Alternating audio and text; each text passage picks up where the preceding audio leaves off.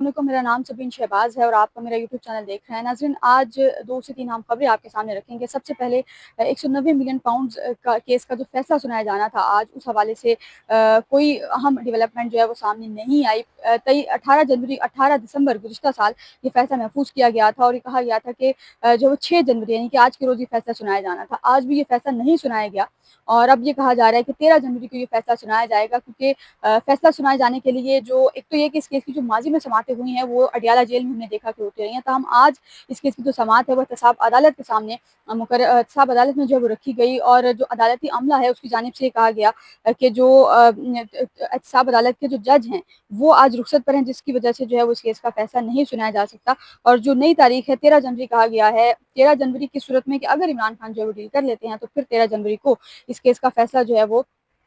सुनाया जा सकता है। साथ ही साथ मुज़ाकरात के हवाले से भी जो है वो कुछ अहम डेवलपमेंट सामने आई है। अब चूँकि इमरान खान ने जो है वो एब्सोल्युटली नॉट कह दिया है एक दफ़ा फिर से अपनी हुकूमत को, तो अब ये कहा जा रहा है जो मुज़ाकराती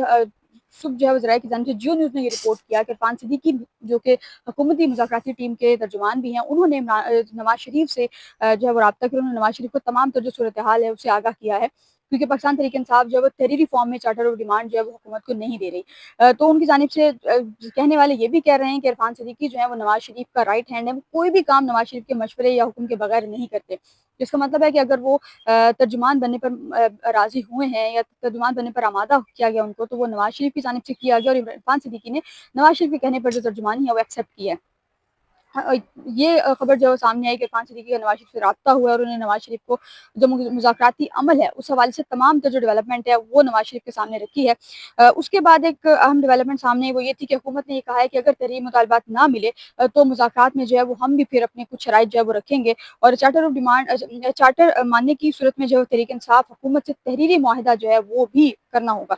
हुकूमती ज़रा ये भी बता रहे हैं कि स्पीकर ऑफिस से अभी तक मुज़ाकरात के लिए जो है वो तीसरे दौर के लिए किसी फरीक ने यानी कि पाकिस्तान तहरीक इंसाफ और हुकूमती जो मुज़ाकराती टीम है उनकी जानिब से किसी ने भी इस वक्त तक स्पीकर ऑफिस से तीसरे दौर के लिए राब्ता नहीं किया। तीसरे दौर के लिए राब्ता करना था या तो हुकूमती किसी बंदे ने, अगर वो राज़ी हो जाते, अगर इमरान खान से पाकिस्तान तहरीक इंसाफ की जो मुज़ाकराती टीम है उसकी मुलाकात हो जाती, तो आज जो मुज़ाकराती टीम है वो हो सकता है कि वो आज या कल में अगर मुलाकात करवा दी जाए तो वो फिर स्पीकर ऑफिस से राब्ता कर सकते हैं। लेकिन उनकी जानिब से ये भी कहा गया है कि चूंकि पाकिस्तान तहरीक इंसाफ जो है वो तहरीरी फॉर्म में चार्टर ऑफ डिमांड नहीं दे रही, तो स्पीकर भी जो है वो इसी हवाले से जो मुज़ाकराती कमेटी का इजलास है उससे जो है वो स्पीकर स्पीकर भी मुज़ाकराती कमेटी का कोई भी इजलास बुलाने से जो है वो इस हवाले से गुरेज कर रहे हैं, क्योंकि ये कहा जा रहा है कि जब तक तहरीरी फॉर्म में चार्टर ऑफ डिमांड नहीं